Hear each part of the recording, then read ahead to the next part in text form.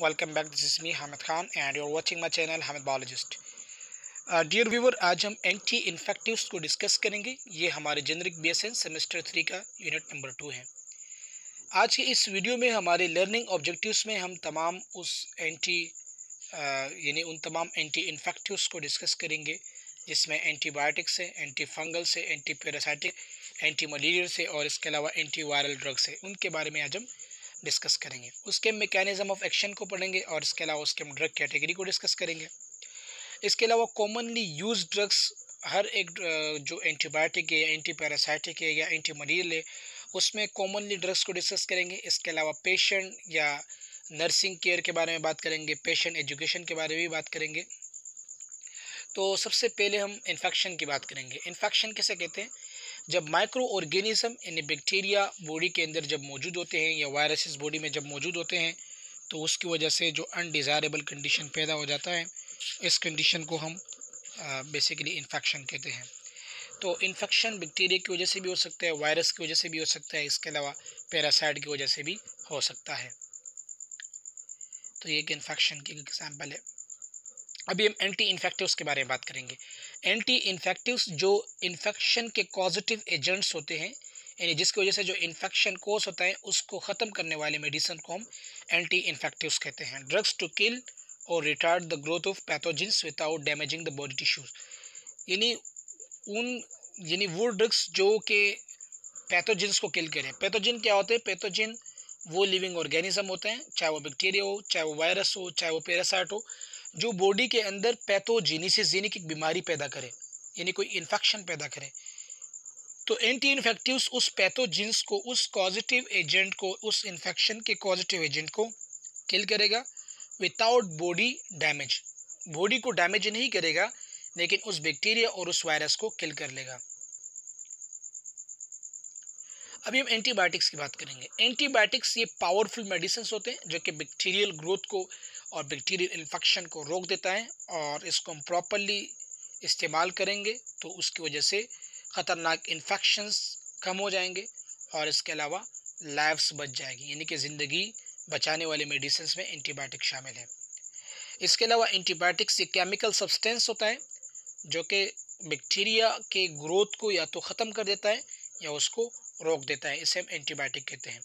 सबसे पहले एंटीबायोटिक जो था उस पेंसिलिन एंटीबायोटिक सबसे पहले एंटीबायोटिक था जो कि एक फंजाई से बनाया गया था जिसे हम पेंसिलिन न्यूट्रेटिम कहते हैं। एंटीबायोटिक्स वायरसेस वगैरह हो गए, इसके अलावा जो वायरस जो इन्फेक्शन होता है जैसे कि कोल्ड्स हो गया, फ्लू हो गया, इस कंडीशन में हम एंटीबायोटिक्स प्रिस्क्राइब नहीं करते हैं क्योंकि एंटीबायोटिक्स का काम ये होता है कि वो बैक्टीरिया को किल करते हैं। इसके अलावा कुछ ऐसे कफ हो गए जैसे कि जो ब्रोंकाइटिस की वजह से होता है, और इसके अलावा सोर थ्रोट्स वगैरह हो गया। ये चीज़ें भी इन कंडीशन में भी हम नहीं देख सकते जब तक हमें इस चीज़ का इल्म नहीं होता कि आए ये इन्फेक्शन बैक्टीरिया की वजह से है कि नहीं, तो उसके बाद ही हम एंटीबायोटिक देते हैं। If a virus is making you sick, taking antibiotics may do more harm then good. अब अगर बॉडी में कोई एक वायरल इन्फेक्शन है और उसको ट्रीट करने के लिए हमें एंटीबायोटिक दिए गए हैं तो याद रखें ये एंटीबायोटिक उस वायरल इन्फेक्शन को मज़ीद बढ़ा देते हैं। It is important to finish your medicine even if you feel better. अगर ऐसा हुआ कि एंटीबायोटिक का कोर्स, एंटीबायोटिक थेरेपी आपको दिए गए 5 डेज़ की या 7 डेज़ की, और शुरू के 2 दिन में आप ठीक हो गए, यानी पेशेंट शुरू के 2 दिन में ठीक हो जाते हैं, तो उसके बाद वो एंटीबायोटिक को कंटिन्यू नहीं करते, एंटीबायोटिक को रोक देते हैं। तो उससे ये होता है कि जो बैक्टीरिया होते हैं वो बैक्टीरिया रेजिस्टेंस पैदा कर देता है, उसके ऊपर, उस बैक्टीरिया के ऊपर वो एंटीबायोटिक असर करना छोड़ देता है। तो ये एडवाइस पेशेंट को लाजमी देना है कि वो एंटीबायोटिक की थेरेपी पहले तो स्टार्ट ना करें, और अगर स्टार्ट करें, ज़रूरत पड़ गई तो वो एंटीबायोटिक की थेरेपी को कंप्लीट करें। Do not save antibiotic for later और यूज़ समवन एल्स प्रिस्क्रिप्शन। वो एंटीबायोटिक्स जो हम एक दफ़ा उसको खोल लें और खोलने के बाद हम उसको रख दे के हम उसको बाद में इस्तेमाल करेंगे, या हमने किसी और ने हमको प्रिस्क्राइब कर दिया, प्रॉपर उसकी प्रिस्क्रिप्शन नहीं हुई, प्रॉपर डायग्नोसिस नहीं हुई, टेस्ट वगैरह हमने नहीं किए और एंटीबायोटिक हमने स्टार्ट कर दिए, तो ये भी ख़तरे से खाली नहीं है। Antibiotics normally work by killing the bacteria that are causing the infections. Antibiotic का काम ये होता है कि वो बैक्टीरिया के किलिंग कर देते हैं, या तो बैक्टीरिया के ग्रोथ को ख़त्म कर देते हैं या बैक्टीरिया को रोक देते हैं। तो उसकी वजह से इन्फेक्शन जो है ट्रीट हो जाता है, इन्फेक्शन ठीक हो जाता है। The medicine targets the bacteria leaving healthy cell alone. इस मेडिसिन यानी एंटीबायोटिक का काम ये होता है कि ये सिर्फ और सिर्फ बैक्टीरिया को किल कर देता है या उसके ग्रोथ को रोक देता है, और लिविंग सेल को ये कोई भी ख़तरनाक सिचुएशन नहीं देता, लिविंग सेल को कोई ख़तरा नहीं देता। Using antibiotic correctly can prevent antibiotic resistance. Now what is antibiotic resistance? Antibiotic resistance उसे हम कहते हैं कि हमने जब बैक्टीरिया को किल करने के लिए एंटीबायोटिक की थेरेपी स्टार्ट कर लिए और उसके बाद हमने उसको कंटिन्यू नहीं कर दिया, तो वो एंटीबायोटिक फिर उस बैक्टीरिया के ऊपर काम नहीं करेगा, वो बैक्टीरिया उस एंटीबायोटिक के खिलाफ रेजिस्टेंस शो करेगा। इसे हम एंटीबायोटिक रेजिस्टेंस कहते हैं। Antibiotic resistance happen when germs get so strong that they can resist the medicines. जैसे मैंने आपको बताया कि जब हम एंटीबायोटिक थेरेपी प्रॉपर नहीं लेते तो वो बैक्टीरिया उस एंटीबायोटिक के खिलाफ मजबूत हो जाते हैं, स्ट्रॉन्ग हो जाते हैं, उनके सेल वॉल में मॉडिफिकेशन आ जाती है और फिर वो मेडिसिन उसके ऊपर काम करना छोड़ देते हैं। इस कंडीशन को हम एंटीबायोटिक रेजिस्टेंस कहते हैं। General mechanism of action of anti infectives interfere with biosynthesis of bacterial cell wall. तो अभी हम इसको आगे डिस्कस करेंगे। एंटीबायोटिक्स बेसिकली जो बैक्टीरियल सेल वॉल सिंथेसिस होती है बैक्टीरिया की, उसको रोक देता है। इसके अलावा बैक्टीरिया में ज़िंदा रहने के लिए प्रोटीन सिंथेसिस ज़रूरी होता है, तो एंटीबायोटिक प्रोटीन सिंथेसिस को इनहिबिट कर देती है, बैक्टीरिया की डेथ हो जाती है। इसके अलावा सेल मेम्ब्रेन की परमेबिलिटी में अगर चेंजेस आ गए तो इससे भी बैक्टीरिया की डेथ हो सकती है उसकी। कुछ ऐसे एंटीबायोटिक होते हैं कि वो उनमें बैक्टीरिया में डीएनए की सिंथेसिस को इनहिबिट कर देती है, तो ये इसके मैकेनिज्म ऑफ एक्शन होते हैं एंटीबायोटिक के। अभी स्पेक्ट्रम एक्टिविटी के बारे में बात करेंगे। स्पेक्ट्रम एक्टिविटी बैक्टीरिया में दो किस्म के स्पेक्ट्रम होते हैं, एक को हम नैरो स्पेक्ट्रम एंटी इन्फेक्टिव्स या एंटीबायोटिक कहते हैं और दूसरे को हम ब्रॉड स्पेक्ट्रम एंटीबायोटिक कहते हैं। नैरो का मतलब ये होता है कि बैक्टीरियल ग्रोथ को कम मिकदार में मारे, यानी वो एंटीबायोटिक जो सेलेक्टेड बैक्टीरिया को ख़त्म करते हैं, जैसे कि ग्राम नेगेटिव बैक्टीरिया के खिलाफ काम करेगा और वो बैक्टीरियल ग्रोथ को बिल्कुल कम मिकदार में ख़त्म करेगा। इसे हम नैरो स्पेक्ट्रम कहते हैं और इसके एग्जाम्पल में पेनिसिलिन शामिल है। ब्रॉड स्पेक्ट्रम एंटीबायोटिक वो एंटीबायोटिक होते हैं जो ग्राम पॉजिटिव को भी ख़त्म कर देते हैं, ग्राम नेगेटिव को भी ख़त्म कर देते हैं और वसी सतह पर बॉडी में तमाम के तमाम बैक्टीरिया को ख़त्म कर देते हैं, चाहे वो नॉर्मल फ्लोरा हो और चाहे वो इन्फेक्शन पॉजिटिव एजेंट हो, उसको ख़त्म कर देती है। इसे हम ब्रॉड स्पेक्ट्रम कहते हैं। एंटीबायोटिक्स को हम कैसे लें? Dose of antibiotics can be provided in several way से हम एंटीबायोटिक के डोज को प्रोवाइड करते हैं। ओरल एंटीबायोटिक्स टेबलेट्स में भी आते हैं, पिल्स में भी आते हैं, कैप्सूल की शक्ल में भी आते हैं और इसके अलावा कुछ ऐसे लिक्विड्स भी होते हैं जिसमें एंटीबायोटिक वगैरह मिला सकते हैं। टॉपिकल एंटीबायोटिक्स मुख्तलिफ क्रीम हो गए जो स्किन पे लगाते हैं, लोशंस आते हैं, स्प्रे वगैरह आते हैं, आई ड्रॉप्स, एयर ड्रॉप्स भी आते हैं, इंजेक्शन ऑफ एंटीबायोटिक भी आते हैं और इसको हम डोजेस के हिसाब से देते हैं, इन्फ्यूजन में भी देते हैं, ड्रिप में भी देते हैं। इसके अलावा डायरेक्टली ब्लड में भी हम इसको लगा सकते हैं, मसल में भी लगा सकते हैं। हर एक एंटीबायोटिक की अपनी अपनी स्ट्रेंथ होती है। कोई एंटीबायोटिक 250 मिलीग्राम का होता है, 500 मिलीग्राम का होता है, 1 ग्राम का होता है। कोई एंटीबायोटिक इस तरह होता है कि 375 mg का होता है, 625 mg का होता है, 1 ग्राम का होता है। हर एक एंटीबायोटिक का अलग अलग स्ट्रेंथ होता है।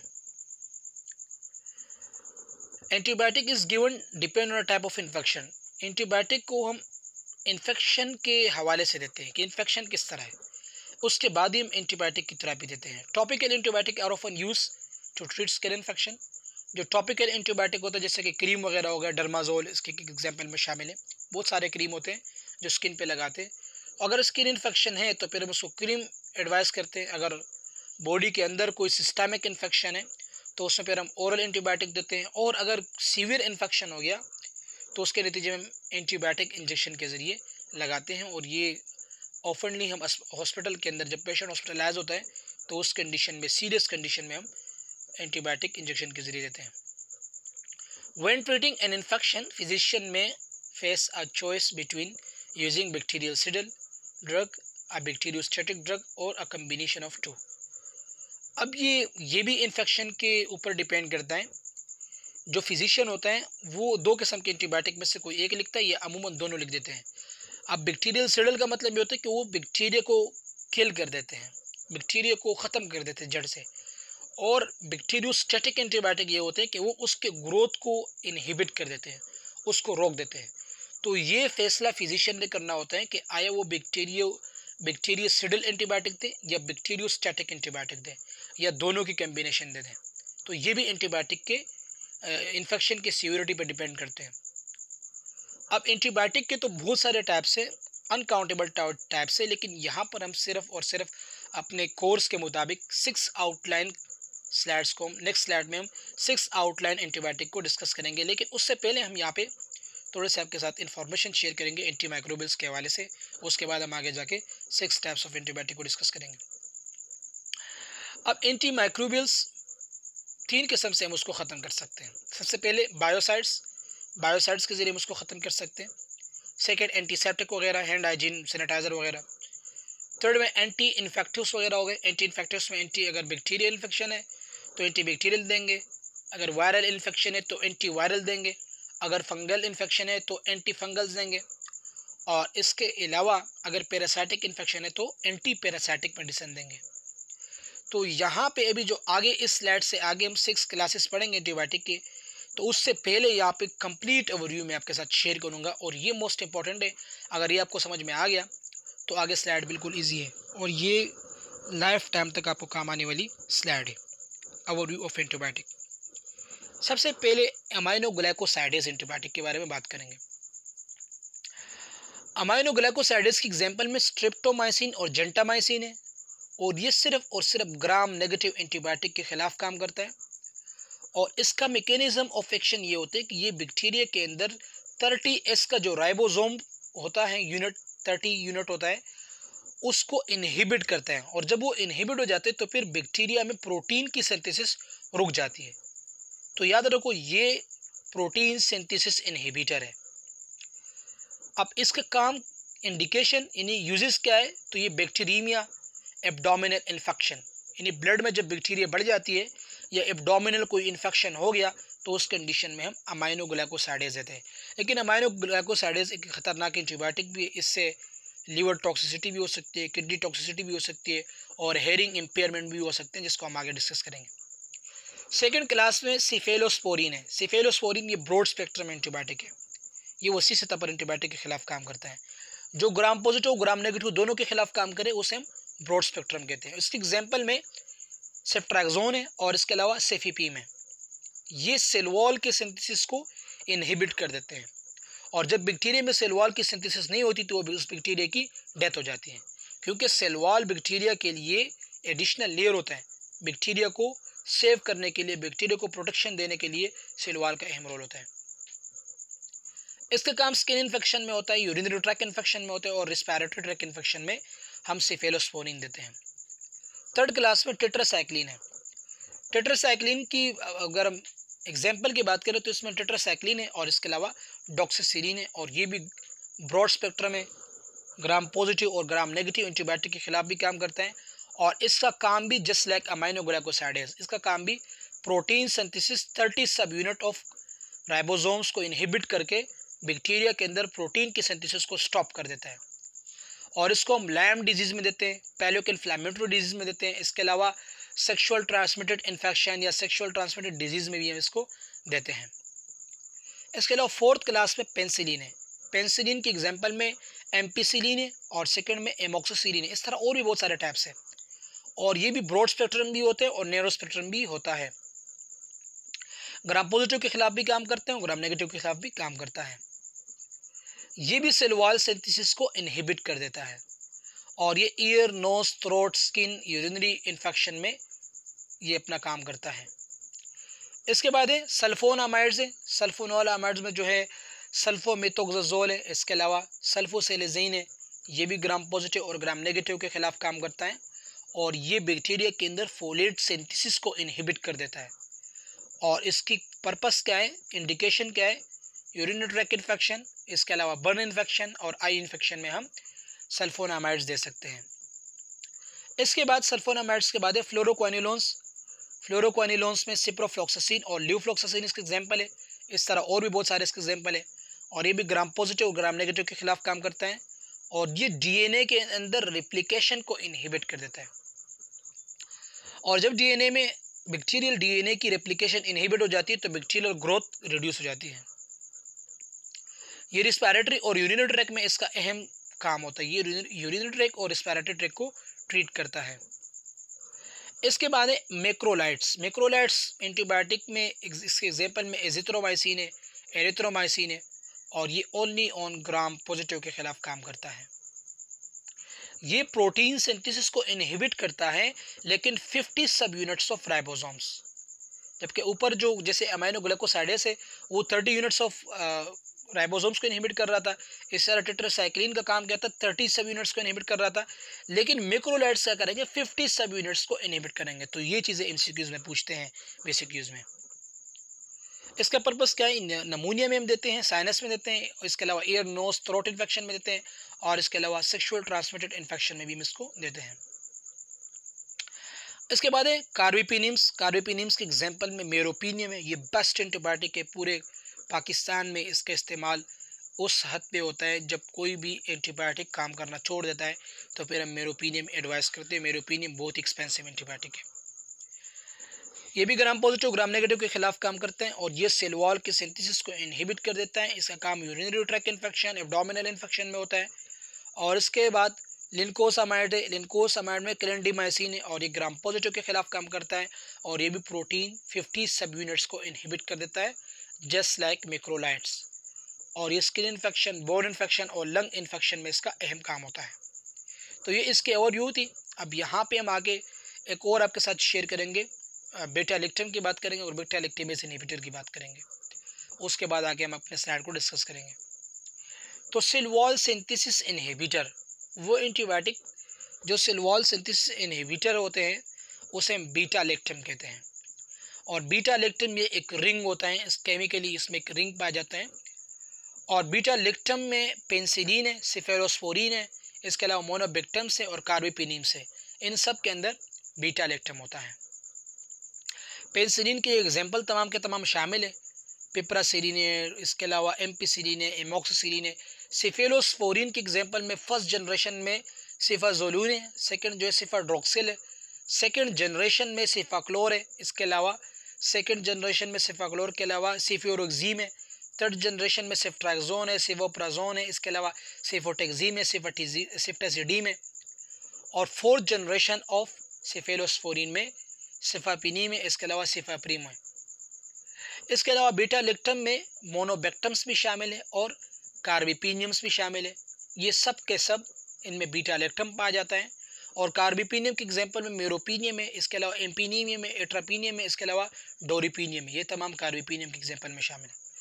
अब अगर बैक्टीरिया ने बीटा लैक्टम एंटीबायोटिक के खिलाफ रेजिस्टेंस शो कर दिया, रेजिस्टेंस किस तरह शो करेंगे कि बैक्टीरिया के अंदर एक एंटीबायोटिक होता है जिसे लैक्टिमेज एंटीबायोटिक कहते हैं, लैक्टिमेज एंजाइम कहते हैं।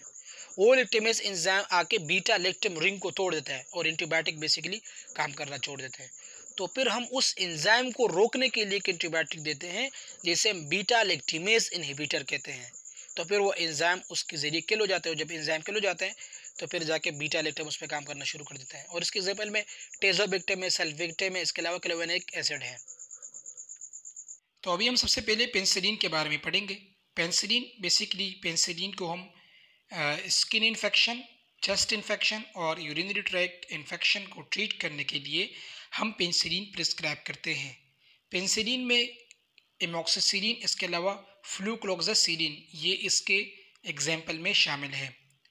पेनिसिलिन की मैकेनिज्म ऑफ एक्शन की बात करें तो पेनिसिलिन पीबीपी के साथ जुड़ जाता है। पीबीपी क्या होते हैं? पीबीपी एक स्पेशल प्रोटीन होता है जो कि बैक्टीरिया के सेल मेम्ब्रेन के साथ जुड़ा हुआ होता है। बैक्टीरिया के सेल मेम्ब्रेन पे स्पेशल प्रोटीन होते हैं जिसे पेनिसिलिन बाइंडिंग प्रोटीन कहते हैं। और जब ये पेनिसिलिन एंटीबायोटिक आके penicillin binding protein of bacterial cell membrane के साथ जब जुड़ जाता है तो उसके साथ सेल वॉल सिंथेसिस, बैक्टीरिया की सेल वॉल सिंथेसिस इनहिबिट हो जाती है। और इसके अलावा पेनिसिलिन की वजह से ऑटोलाइसिन्स की प्रोडक्शन भी होती है। और अगर पेनिसिलिन बाइंडिंग प्रोटीन में म्यूटेशन हो गया, यानी कि बैक्टीरिया ने उसके स्ट्रक्चर को चेंज कर दिया, तो फिर पेनिसिलिन एंटीबायोटिक यानी पेनिसिलिन एंटीबायोटिक उस बैक्टीरिया के ऊपर काम नहीं करेगा, और इस अमल को हम रेजिस्टेंस कहते हैं, जिसमें बैक्टीरिया और एंटीबायोटिक में रेजिस्टेंस शो हो जाता है, यानी कि उस एंटीबायोटिक से बैक्टीरिया की डेथ नहीं होती, इसे हम रेजिस्टेंस कहते हैं। एडवर्स इफेक्ट में मिल्ड नोजिया, वोमिटिंग, डायरिया, इसके अलावा सोर टंग और माउथ, मुंह में छाले पड़ जाना, मुंह का खुश्क हो जाना, फीवर, और इसके अलावा जहाँ पर हम इंजेक्शन लगाते हैं उस जगह पर दर्द होना, ये एम्पिसिलिन के यानी पेनिसिलिन के एडवर्स इफेक्ट में शामिल है। 15 में से हर एक शख्स को यानी 15 में से एक शख्स को पेनिसिलिन की वजह से एलर्जिक रिएक्शन होता है और उसमें से इंतहाई कम मिकदार के लोगों में सीवियर एलर्जिक रिएक्शन होते हैं, जिसे हम एनाफाइलैक्सिस कहते हैं। इस दौरान अगर एलर्जिक रिएक्शन हो गया या कोई सीवियर एलर्जिक हो गया या मिल्ड एलर्जिक रिएक्शन हो गया, यानी कम मिकदार में अगर एलर्जी हो गई या सीवियर एलर्जिक रिएक्शन हो गया, तो उसके नतीजे में डॉक्टर से रब्ता करना बहुत ज़रूरी है। और इसके अलावा पेनिसिलिन के साथ जो दूसरा प्रॉब्लम है वो ये है कि पेनिसिलिन के साथ एंटीबायोटिक यानी पेनिसिलिन एंटीबायोटिक के साथ बैक्टीरिया जो है रेजिस्ट हो जाता है। उसकी वजह ये होती है कि पेनिसिलिन चूँकि काफ़ी ज़्यादा हर कोई पेनिसिलिन को इस्तेमाल करते हैं, तो इसकी वजह से पेनिसिलिन के ख़िलाफ़ कुछ बैक्टीरिया के स्ट्रेंस ने अपने स्ट्रक्चर को चेंज कर दिया है, पेनिसिलिन बाइंडिंग प्रोटीन को चेंज कर दिया है। तो इसकी वजह से अब आजकल पेनिसिलिन ने काम करना छोड़ दिया है।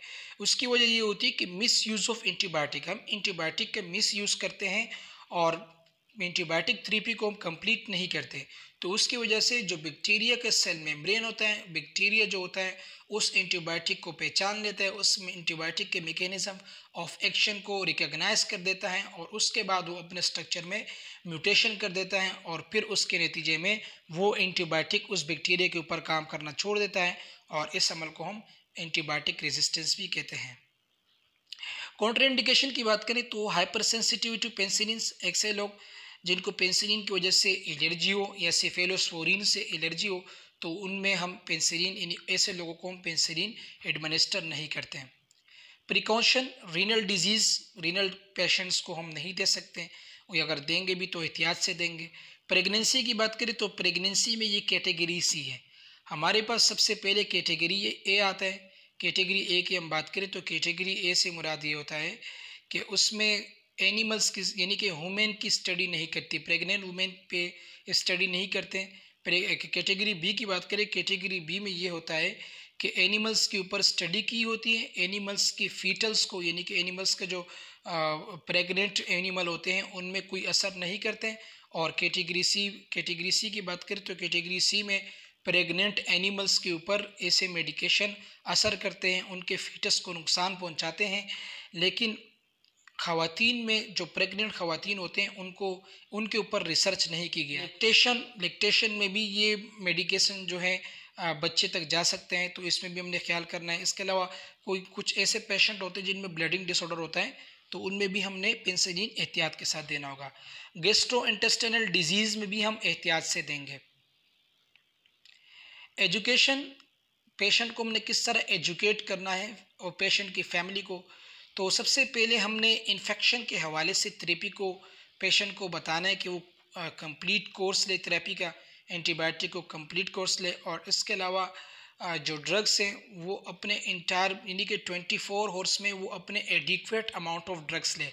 अगर जितना ड्रग्स डॉक्टर ने प्रिस्क्राइब किया गया है, फॉर एग्जांपल कि 500 बीडी लेना है, सुबह शाम 500 लेना है, तो उतना ही लेना है, ना उससे ज़्यादा लेना है ना उससे कम लेना है।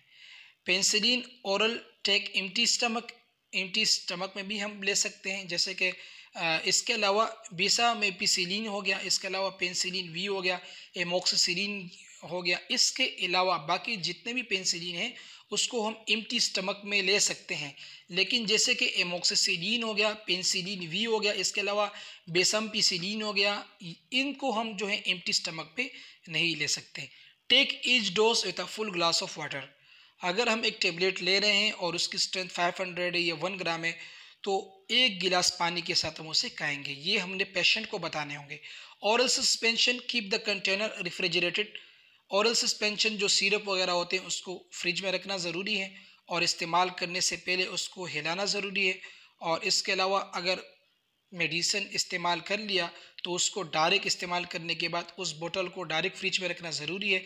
और अगर उसमें 7 से 14 दिन के अंदर अगर आपके थेरेपी कंप्लीट हो गई और फिर भी उस सस्पेंशन यानी कि सिरप वगैरह कंटेनर में मौजूद हो, बोतल में मौजूद हो, तो उसको इमीडिएटली डिस्कार्ड करना बहुत ज़रूरी है, क्योंकि उसके बाद ये इस्तेमाल के काबिल नहीं रहते। नाउ अभी हम सेकंड में सिफेलोस्पोरिन को डिस्कस करेंगे। सिफेलोस्पोरिन की बात करें तो सिफेलोस्पोरिन ब्रॉड स्पेक्ट्रम एंटीबायोटिक होते हैं। इसका मतलब ये हुआ कि ये वसी सतह पर ग्राम पॉजिटिव और ग्राम नेगेटिव दोनों बैक्टीरिया को किल करने की सलाहियत इसमें मौजूद होती है। और सीरियस इन्फेक्शन को ट्रीट करने के लिए हम सिफेलोस्पोरिन एडमिनिस्टर करते हैं, जैसे कि सेप्टिसीमिया हो गया। सेप्टिसीमिया ब्लड के अंदर जब इन्फेक्शन सीवियर हो जाता है, इसे हम सेप्टिसीमिया कहते हैं। नमूनिया कंडीशन में भी हम दे सकते हैं। और मेनिंजाइटिस, जब ब्रेन की मेनिंजीज लेयर के अंदर इन्फ्लेमेशन हो जाती है, उस कंडीशन में भी हम दे सकते हैं। स्पाइनल कोर्ड के अंदर जब मेनिंजाइटिस हो जाता है, मेनिंजोसील जब हो जाता है, उस कंडीशन में भी हम दे सकते हैं। इसके अलावा और भी बहुत सारे सीवियर इन्फेक्शन में हम सिफेलोस्पोरिन को एडमिनिस्टर करते हैं।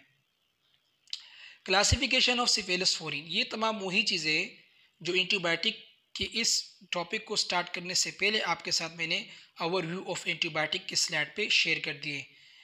फर्स्ट जनरेशन ऑफ सिफेलोस्पोरिन में सिफेलेक्सिन है, और इसके बाद सिफेड्रोक्सिल है, इसके बाद सिफाजोलिन। सेकेंड जनरेशन ऑफ सिफेलोस्पोरिन में सिफोक्सिटीन है, सिफाक्लोर है, इसके अलावा सिफेनमेंडोल है, इसके अलावा सिफ्यूरोक्सीम है। थर्ड जनरेशन में सिफिक्सीम है, सिफोटेक्सीम, सिफ्ट्राक्सोन, इसके अलावा सिफ्टाजिडीम, सिफोप्राजोन, सिफ्ट्रोक्सीम्स, और फोर्थ जनरेशन में सिफिपेम शामिल है। ये तमाम इसके डिफरेंट जनरेशन है, और ये टोटल सिफेलोस्पोरिन एंटीबायोटिक की क्लासिफिकेशन है। इंडिकेशन यानी कि यूजेस, स्ट्रेप्टोकोकाई, स्टेफेलोकोकाई, गोनोकोकाई, शिजीला, क्लोस्ट्रीडिया, ये तमाम के तमाम ग्राम पॉजिटिव और ग्राम नेगेटिव यानी ये सीवियर किस्म के ख़तरनाक किस्म के बैक्टीरिया हैं। इसको ट्रीट करने के लिए हम सिफेलोस्पोरिन एडमिनिस्टर करते हैं। जैसे कि फेरेंजाइटिस हो गया, फेरिंग्स के अंदर अगर इन्फ्लामेशन हो गया, टॉन्सिलाइटिस हो गया, टॉन्सिल्स में इन्फ्लामेशन हो जाना, ओटाइटिस मीडिया एयर इन्फेक्शन को कहते हैं। सेप्टिसीमिया हो गया, सेप्टिसीमिया बेसिकली ब्लड के अंदर जब इन्फेक्शन सीवियर हो जाता है। गोनोरिया बेसिकली ये भी एक बैक्टीरिया होता है जिसे हम नाइजीरिया गोनोरिया कहते हैं, उससे ये कॉज होता है। सेक्सुअल ट्रांसमिटेड इन्फेक्शन है। इसके अलावा सर्जिकल प्रोफाइलेक्सिस यानी कि सर्जरी से पहले भी हम इन्फेक्शन को कंट्रोल करने के लिए देते हैं। और इसके अलावा रिस्पायरेटरी ट्रैक इन्फेक्शन हो गया, स्किन इन्फेक्शन हो गया, बोन, जॉइंट्स, इसके अलावा urinary tract, brain, spinal cord, इन तमाम के तमाम इन्फेक्शन में हम सिफेलोस्पोरिन को एडमिनिस्टर करते हैं। मैकेनिज्म ऑफ एक्शन, ये बैक्टीरियल सेल वॉल की सिंथेसिस को इनहिबिट कर देता है। तो बेसिकली इसका काम भी बैक्टीरियल सेल वॉल को इनहिबिट कर देता है। जब बैक्टीरियल सेल वॉल इनहिबिट हो जाता है तो बैक्टीरिया में मल्टीप्लिकेशन की तादाद या बैक्टीरिया में ज़िंदा रहने की सलाहियत ख़त्म हो जाती है। इसे बैक्टीरियोसिडल भी कहते हैं। बैक्टीरियोसिडल का मतलब ये होता है, जैसे कि शुरू में आपके साथ डिस्कस किया गया कि एक दो किस्म के इफेक्ट्स होते हैं एंटीबायोटिक को, एक को हम बैक्टीरियोस्टैटिक कहते हैं और एक को हम बैक्टीरियोसिडल कहते हैं। बैक्टीरियोसिडल से मुराद होता है कि बैक्टीरिया की ग्रोथ को ख़त्म कर दिया जाता है, किल कर दिया जाता है। बैक्टीरियोस्टैटिक का मतलब ये होता है कि बैक्टीरिया के ग्रोथ को रोक दिया जाता है। तो ये बेसिकली सिफेलोस्पोरिन बैक्टीरियोसिडल है, और इसका फंक्शन भी तकरीबन सेम एज पेनिसिलिन की तरह होता है। एडवर्स इफेक्ट में गैस्ट्रो इंटेस्टाइनल डिस्टर्बेंस, इसके अलावा हाइपर सेंसिटिविटी इसके एडवर्स इफेक्ट में शामिल है, जैसे कि डायरिया हो गया, वोमिटिंग हो गया, और स्किन के ऊपर रैशेस का जाना, ये इसके एडवर्स इफेक्ट में शामिल है। कंट्राइंडिकेशन की बात करें तो contraindication hyper sensitivity to cephalosporin, ऐसे पेशेंट जिनको कभी पहले सिफेलोस्पोरिन लगा हो और उन सिफेलोस्पोरिन की वजह से उन्होंने सीवियर किस्म के एलर्जी रिएक्शन उनको शो हो चुका हो, या पेनिसिलिन की वजह से उनको एलर्जी हो चुकी हो, ऐसे पेशेंट्स में हम सिफेलोस्पोरिन एडमिनिस्टर नहीं करते हैं। प्रिकॉशंस, यूज सिफेलोस्पोरिन कॉशियसली इन रीनल और हिपैटिक इम्पेयरमेंट। याद रखें, जिगर और इसके अलावा गुर्दों के जो मरीज़ होते हैं उनमें सिफेलोस्पोरिन को हम इंतहाई बिल्कुल केयर के साथ यानी कि हिदायत के साथ, केयर के साथ हम एडमिनिस्टर करेंगे। इसके अलावा वो पेशेंट जिनमें ब्लीडिंग डिसऑर्डर हो, लाइक हीमोफीलिया वगैरह हो गया, ऐसे पेशेंट में भी हमने बिल्कुल एहतियात के साथ सिफेलोस्पोरिन एडमिनिस्टर करना होगा। प्रेगनेंसी कंडीशन में भी हम एहतियात के साथ देंगे, लैक्टेशन में भी हम एहतियात के साथ देंगे। और ये प्रेगनेंसी की कैटेगरी बी है। कैटेगरी बी बेसिकली आपके साथ शुरू के स्लाइड में डिस्कस किया गया कि कैटेगरी ए होता है, कैटेगरी बी होती है, कैटेगरी सी, कैटेगरी डी और category X. Category B animal study हो चुकी होती है उस पर, लेकिन ह्यूमन बॉडी की स्टडी नहीं हो चुकी होती है। एनिमल स्टडी में ये होता है कि एनिमल्स जो हैं इफेक्ट नहीं हो चुके होते इस पर। Educating the patient and family, complete the full course of the therapy, full course लेना है थेरेपी का। इसके अलावा do not stop the drug unless directed to do so by the primary health care provider. Primary health care यानी कि doctor के बगैर बताएं एंटीबायोटिक की थेरेपी को स्टॉप नहीं करना है। Take the drug with prescribe time of the day, जिस टाइम पे आपको डॉक्टर ने कहा है कि उस टाइम पे एडमिनिस्टर करना है, उसी टाइम पे ही मेडिकेशन लेने हैं। ये तमाम वो बातें हैं जो हमने पेशेंट और पेशेंट की फैमिली को एजुकेट करना है। हर एक डोज फूड के साथ लेंगे। अगर गेस्ट्रो इंटेस्टाइनल अपसेट हुआ तो उसके बाद जो है, यानी अगर गेस्ट्रो इंटेस्टाइनल में कोई प्रॉब्लम हुई स्टमक वगैरह में, तो फिर खाना खाने के बाद ही हम एंटीबायोटिक लेंगे। अल्कोहल बेवरेजेस वगैरह हो गए, कोल्ड ड्रिंक वगैरह, इसके इस्तेमाल नहीं करेंगे अलोंग विद सेफेलोस्पोरिन। यानी ऐसे एंटीबायोटिक के दौरान हम अल्कोहल वगैरह पेशेंट को बताएंगे कि अल्कोहल वगैरह इस्तेमाल ना करें। अगर स्किन रैशेस हो गए, इसके अलावा बॉडी के ऊपर स्किन रैशेस हो गए, स्वेलिंग हो गई, माउथ के अंदर स्वेलिंग हो गई, माउथ के अंदर छाले पड़ गई, और इसके अलावा एनल यानी कि पखाने वाले जगह पर खारिश महसूस हो गई, वेजाइना पर जो है खारिश महसूस हो गई, इसके अलावा डायरिया वगैरह हो गया, डिफ़िकल्टी इन ब्रीथिंग हो गया, GIT यानी कि मैदे और इंटेस्टाइन में कोई यानी कि रिएक्शन शो हो गया, एलर्जी सा हो गई, या इसके अलावा एडवर्स इफेक्ट शो हो गया जैसे कि नोज़िया वगैरह हो गया, वोमिटिंग वगैरह, तो उसके बाद डायरेक्टली आपने अपने डॉक्टर के साथ यानी डॉक्टर के साथ रब्ता करना है। Do not take the next dose of the drug until the problem is discussed with the primary health care provider. अगर इस तरह के एडवर्स इफेक्ट शो हो गए तो तब तक दूसरा डोज नहीं लेना होगा जब तक प्राइमरी हेल्थ केयर प्रोवाइडर यानी कि आप अपने डॉक्टर के साथ मशवरा नहीं करते। ओरल सस्पेंशन फ्रिज में रखना ज़रूरी है, और फ्रिज में निकालने के बाद मेडिकेशन लेने के बाद जैसे मेडिकेशन लिए तो उस ओरल सस्पेंशन को यानी कि सिरप वगैरह को दोबारा फ्रिज में रखें, और इस्तेमाल करने से पहले उसको शेक करना है। ये तमाम तर बातें हमने पेशेंट और पेशेंट की फैमिली को बताने होंगे। इसके बाद हम अमाइनो ग्लाइकोसाइडेज को डिस्कस करेंगे। अमाइनो ग्लाइकोसाइडेज की बात करें तो ये प्रोटीन सिंथेसिस इनहिबिटर होता है। ये बेसिकली बैक्टीरिया के अंदर प्रोटीन की सिंथेसिस को इनहिबिट कर देता है। Aminoglycosides are type of antibiotic that used to be widely prescribed until it was found that they could cause both damage to hearing and kidneys. Aminoglycosides ये भी एक antibiotic थे जिसको widely सतह पर यानी कि वसी सतह पर इसको इस्तेमाल करते थे, लेकिन अब चूंकि इससे किडनी और इसके अलावा हेयरिंग प्रॉब्लम बहुत ज़्यादा इसके केसेस रिपोर्ट हो गए, तो इस वजह से अब इसको एहतियात के साथ इस्तेमाल करते हैं। Because of this they tend now to be used only to treat very serious illness such as meningitis. अब चूंकि इसके एडवर्स इफेक्ट इतने ज़्यादा हैं तो इस वजह से अब इसको इंतहाई लिमिटेड मिकदार में और ख़तरनाक इन्फेक्शन को ट्रीट करने के लिए अमाइनो ग्लाइकोसाइडेज को प्रिस्क्राइब करते हैं, जैसे कि मेनिंजाइटिस हो गया, इंसेफेलाइटिस हो गया, या कोई ऐसे सीवियर इन्फेक्शन जिसमें अमाइनो ग्लाइकोसाइड्स का एडमिनिस्टर करना ज़रूरी हो। Amino glycosides break down quickly inside the digestive system, so they have to be given by injection or as ear or eye drops. Amino glycosidase जो होता है ये बेसिकली डाइजेस्टिव सिस्टम में directly absorb हो जाते हैं। इसको हम इंजेक्शन के ज़रिए भी दे सकते हैं, एयर ड्रॉप्स और आई ड्रॉप्स के ज़रिए भी दे सकते हैं। इसमें जो मोस्ट कॉमनली इंग्लैंड में जो इस्तेमाल होने वाला मोस्ट कॉमनली अमाइनो ग्लाइकोसाइड है वो जेंटामाइसिन है। इसके अलावा सिस्टेमिक इंक्लूड, सिस्टेमिक से मुराद जो पूरी बॉडी में इसका काम होता है, उसमें स्ट्रेप्टोमाइसिन है जिसको हम IV लगाते हैं, जेंटामाइसिन है, केनामाइसिन है, एमेकासिन है, और टॉपिकल से मुराद ये होता है कि क्रीम वगैरह की सूरत में जो हम जिल्द पे लगाते, स्किन पे लगाते, उसमें न्यूमाइसिन आता है। मैकेनिज्म ऑफ एक्शन की बात करें तो इसमें भी बैक्टीरियासिडल इफेक्ट होता है। ये बैक्टीरिया की ग्रोथ को किल कर देता है by blocking a step in protein synthesis necessary for bacterial multiplication. Bacteria की तादाद को बढ़ाने के लिए प्रोटीन की सिंथेसिस बहुत ज़रूरी होती है, और अमाइनोग्लाइकोसाइड्स बेसिकली उस प्रोटीन की सिंथेसिस को इनहिबिट कर देती है। और जब प्रोटीन की सिंथेसिस इनहिबिट हो जाती है तो बैक्टीरियल की ग्रोथ नहीं होती, और जब बैक्टीरियल की ग्रोथ नहीं होती तो इसकी वजह से इन्फेक्शन डिक्रीज हो जाता है। इसके अलावा बैक्टीरियल सेल मेम्ब्रेन का जो फंक्शन होता है उसको भी अमाइनोग्लाइकोसाइड्स डिक्रीज कर देता है। यूजेस की बात करें तो ग्राम नेगेटिव माइक्रो ऑर्गेनिज्म हो गया। इसके अलावा गैस्ट्रोइंटेस्टाइनल बैक्टीरिया को सप्रेस कर देता है। Oral aminoglycosides kanamycin and neomycin pre operative to reduce the number of bacteria normally present in the intestine.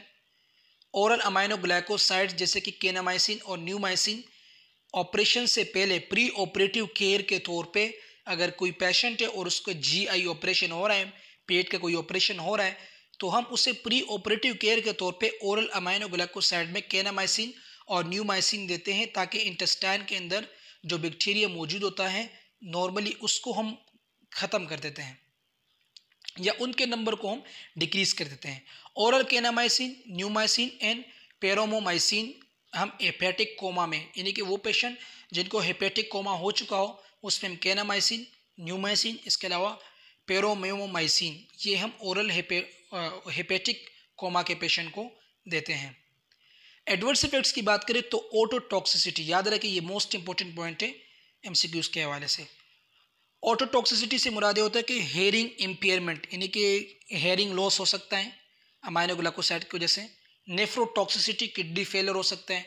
Neurotoxicity, brain के अंदर भी ये टॉक्सिसिटी कोज करवा सकता है। इसके अलावा न्यूरोमस्कुलर ब्लॉकेज, जो न्यूरोमस्कुलर जंक्शन होता है उसको भी ये ब्लॉक कर सकता है।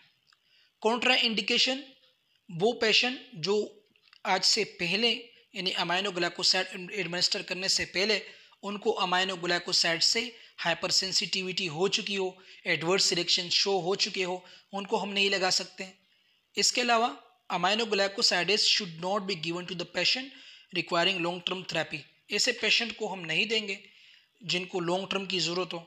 इसके अलावा use of streptomycin for long term management of tuberculosis, streptomycin को हम सिर्फ और सिर्फ ट्यूबरक्लोसिस के लॉन्ग टर्म मैनेजमेंट में इस्तेमाल कर सकते हैं, अदरवाइज तमाम के तमाम अमाइनोग्लाइकोसाइड्स को हम लॉन्ग टर्म ट्रीटमेंट में इस्तेमाल नहीं कर सकते।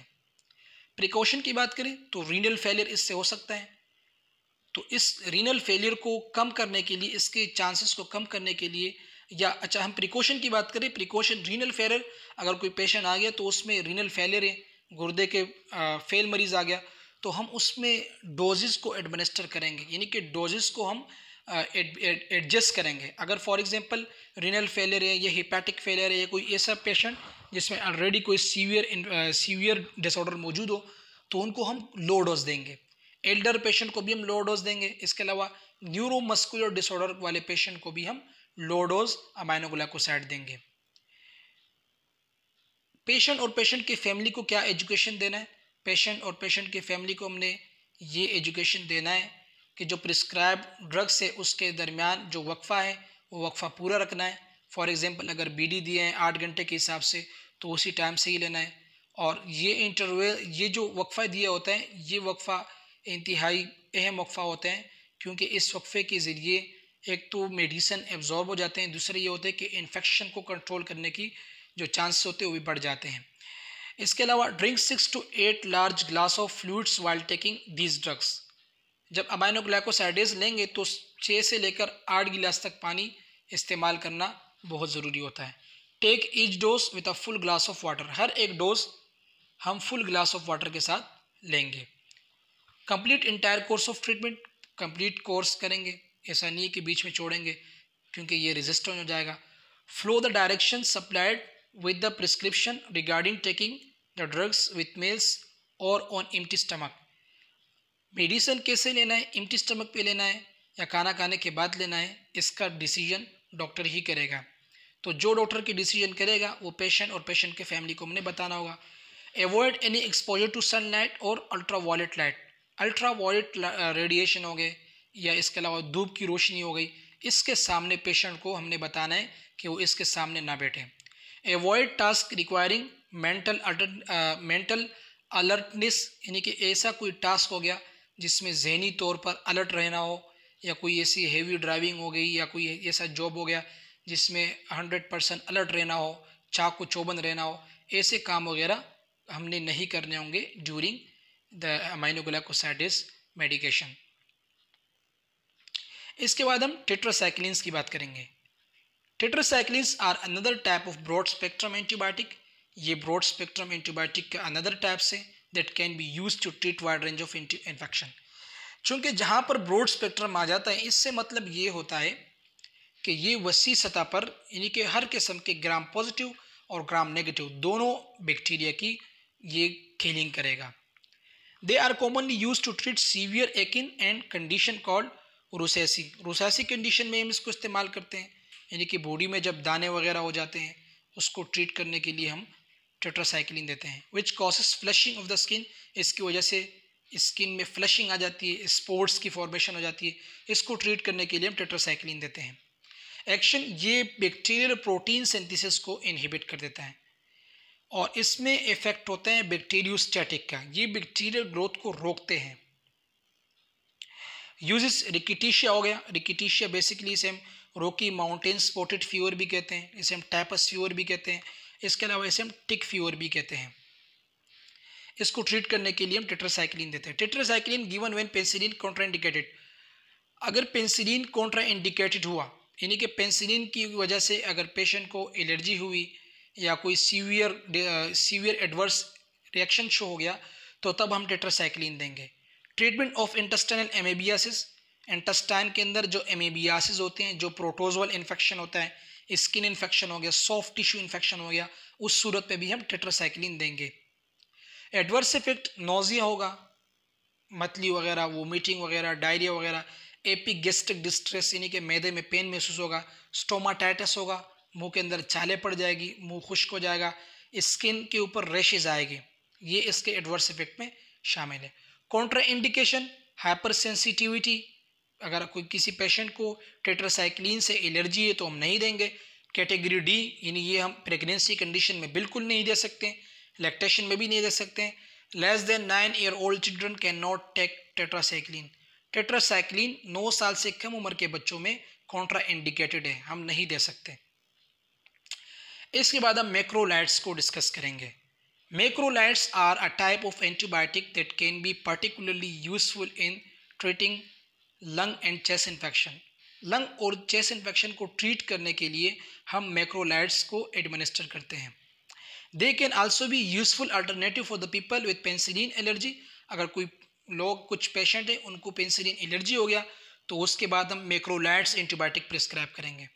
और to treat penicillin resistant strains of bacteria, या अगर किसी पेशेंट को पेनिसिलिन की मिसयूज़ की वजह से या पेनिसिलिन की थेरेपी कंप्लीट ना लेने की वजह से पेनिसिलिन उस बैक्टीरिया पर रेजिस्ट हो गया, यानी पेनिसिलिन ने काम करना छोड़ दिया, तो फिर उसके बाद हम मैक्रोलाइड प्रिस्क्राइब करेंगे। इसके एग्जांपल में एरिथ्रोमाइसिन है, स्पेरामाइसिन है, ये मैक्रोलाइड्स के एग्जांपल में शामिल है। एक्शन, इसमें दोनों एक्शन शामिल हैं, बैक्टीरियोस्टैटिक भी है और बैक्टीरियोसिडल भी है, यानी बैक्टीरिया को किल करने की सलाहियत भी है और बैक्टीरियल ग्रोथ को रोकने की सलाहियत भी इसमें मौजूद है। ये सेल मेम्ब्रेन के साथ बाइंड हो जाता है और सेल मेम्ब्रेन के साथ जब ये बाइंड हो जाता है तो सेल मेम्ब्रेन में जो प्रोटीन फंक्शन होता है उसके अंदर तब्दीली ले आता है और उसके बाद ही बैक्टीरिया के अंदर बैक्टीरियोस्टैटिक या बैक्टीरियोसिडल एक्शन स्टार्ट हो जाता है। इसके साथ साथ ये प्रोटीन सिंथेसिस को भी इनहिबिट कर देता है बैक्टीरिया के। यूजेस की बात करें तो ये gram negative and gram positive micro organism के खिलाफ इंतहाई इफेक्टिव है। इसके अलावा ये जो एकिन फॉर्मेशन होती है, स्किन इन्फेक्शन वगैरह हो गया, या इसके अलावा वुलजेरिस इन्फेक्शन हो गया, उसको ट्रीट करने की सलाहियत भी इसमें मौजूद होता है। एडवर्स इफेक्ट की बात करें तो nausea, vomiting, diarrhoea, abdominal pain, ये तमाम इसके एडवर्स इफेक्ट में शामिल है। Contraindication, hyper sensitivity to macrolides, अगर किसी को मैक्रोलाइड से हाइपर सेंसिटिविटी हो, यानी पहले उनको लग चुका हो और अब यानी उनको पहले लगने के बाद सीवियर किस्म की एलर्जी शो हो चुकी हो, तो उनमें हम हाइपर सेंसिटिविटी नहीं देंगे। Patient with pre existing liver disease, अगर कोई पेशेंट है उसमें हेपेटाइटिस बी, हेपेटाइटिस डी या इसके अलावा लीवर सिरोसिस या लीवर कैंसर, कोई भी जिगर की ख़तरनाक मर्ज़ हो, तो उस कंडीशन में भी हम नहीं देंगे क्योंकि इसकी मेटाबॉलिज्म लीवर के ज़रिए ही होती है। प्रिकॉशन, लैक्टेशन और प्रेगनेंसी में भी हम एहतियात से देंगे। Nurse alert, do not give tetracycline along with dairy products. Tetracycline को हम डेयरी प्रोडक्ट के साथ नहीं देंगे, जैसे कि मिल्क चीज़ वगैरह हो गया, एंटासिड वगैरह हो गया, लैक्सेटिव वगैरह हो गया, और प्रोडक्ट्स कंटेनिंग आयरन, ये टेट्रासाइक्लिन की बात हो रही है। गिवन 2 hours बिफोर और after the administration of tetracycline, tetracycline के बाद या टेट्रासाइक्लिन से 2 घंटे पहले हम ये चीज़ें दे सकते हैं। फूड और drug containing calcium, magnesium, aluminium, iron prevent the absorption of tetracycline, ये चीज़ें भी हम नहीं देंगे, जैसे कि कैल्शियम हो गया, मैग्नीशियम, एल्युमिनियम, आयरन वगैरह, ये बेसिकली टेट्रासाइक्लिन की एब्जॉर्प्शंस को रोक देती है। तो ये यहाँ पे बात हो रही है टेट्रासाइक्लिन की। Educating the patient and family, take the drug at the prescribe time intervals, जिस टाइम के बारे में डॉक्टर ने कहा है कि राइट टाइम राइट डोज, ये चीज़ें हमने पेशेंट को बतानी होगी। और ये जो वक्फा है इस दरमियान, ये वक्फा इंतहाई इंपॉर्टेंट वक्फा होता है। Do not increase or omit the dose unless advise to do so by the primary health care provider, ना ही डोज में हमने कमी करनी है, पेशेंट को बताना है कि ना वो कम डोज ले ना वो ज़्यादा डोज ले, वही डोज लेना है जो डॉक्टर ने आपको बताया है और उसी टाइम से लेना है जो डॉक्टर ने बताया है, और कंप्लीट कोर्स लेना है, बीच में इस कोर्स को रोकना नहीं है। इसके बाद हम डिस्कस करेंगे फ्लोरोक्वानोलिन्स की। फ्लोरोक्वानोलिन्स की बात करें तो फ्लोरोक्वानोलिन्स बेसिकली ये एक नया टाइप के एंटीबायोटिक है। इसे हम ब्रॉड स्पेक्ट्रम एंटीबायोटिक भी कहते हैं, क्योंकि ये भी वाइड रेंज ऑफ इन्फेक्शन को कंट्रोल करने के लिए फ्लोरोक्वानोलिन्स का इस्तेमाल करते हैं। मैकेनिज्म ऑफ एक्शन की बात करें तो ये बैक्टीरियल सिडल होता है, बैक्टीरिया की ग्रोथ को जो है उड़ा देता है, ख़त्म कर देता है। ये एंजाइम के अंदर एक एंजाइम होता है जिसे हम डीएनए गायरेज एंजाइम कहते हैं। ये DNA gyrase enzyme synthesis of DNA, जिसे हम डीएनए रेप्लिकेशन भी कहते हैं, उस डीएनए रेप्लिकेशन में जो बैक्टीरिया होता है, डीएनए गायरेज एंजाइम उनके लिए काफ़ी हेल्पफुल होता है। डीएनए गायरेज बैक्टीरिया के अंदर डीएनए रेप्लिकेशन करता है। तो जब डीएनए रेप्लिकेशन होती है तो बैक्टीरिया की तादाद तेज़ी से बढ़ती है। तो बेसिकली ये फ्लोरोक्वानोलिन्स आके इस जो डीएनए गायरेज होते हैं उसको इनहिबिट कर देता है, उसके फंक्शन को ख़त्म कर देता है, और इसके साथ साथ डीएनए की रेप्लिकेशन को भी इनहिबिट कर देता है, और इसी के साथ बैक्टीरिया की किल हो जाती है। ग्राम पॉजिटिव और ग्राम नेगेटिव माइक्रो ऑर्गेनिज्म के खिलाफ, यानी कि ये ब्रॉड स्पेक्ट्रम है, तो दोनों किस्म के हम एंटीबायोटिक दोनों किस्म के बैक्टीरिया के खिलाफ दे सकते हैं, जैसे कि ग्राम पॉजिटिव हो गया, ग्राम नेगेटिव हो गया। इसके अलावा लोअर रेस्पिरेटरी ट्रैक इन्फेक्शन हो गया, यूरिनरी ट्रैक इन्फेक्शन हो गया, स्किन इन्फेक्शन हो गया, इसके अलावा सेक्सुअल ट्रांसमिटेड डिजीज़, ये तमाम को ट्रीट करने के लिए हम फ्लोरोक्वानोलिन्स दे सकते हैं। एडवर्स इफेक्ट में हाइपर सेंसिटिविटी रिएक्शन हो सकता है, नोजिया, डायरिया, हेड एक, एब्डोमिनल पेन, डिस्कम्फर्ट और डिजनेस वगैरह इसके एडवर्स इफेक्ट में शामिल है। कॉन्ट्राइंडिकेशन एक प्रेगनेंसी में कैटेगरी सी है। कैटेगरी सी में हम ये चूँकि एनिमल्स के ऊपर स्टडी नहीं हो चुका है, एनिमल्स के ऊपर स्टडी हो चुका है और ह्यूमन्स के ऊपर स्टडी नहीं हो चुका है, और एनिमल्स की स्टडी में ये साबित हुआ है कि एनिमल्स की फीटस को नुकसान पहुंचाया गया है, तो लिहाजा ये हम एहतियात से देंगे। एग्जाम्पल ऑफ फ्लोरोक्वानोलिन्स में सिप्रोफ्लोक्सासिन है, नोरोफ्लोक्सासिन है, ये इसके एग्जाम्पल है फ्लोरोक्वानोलिन्स की। साइड इफेक्ट ऑफ एंटीबायोटिक, अब एंटीबायोटिक की ओवरऑल साइड इफेक्ट की हम बात करेंगे।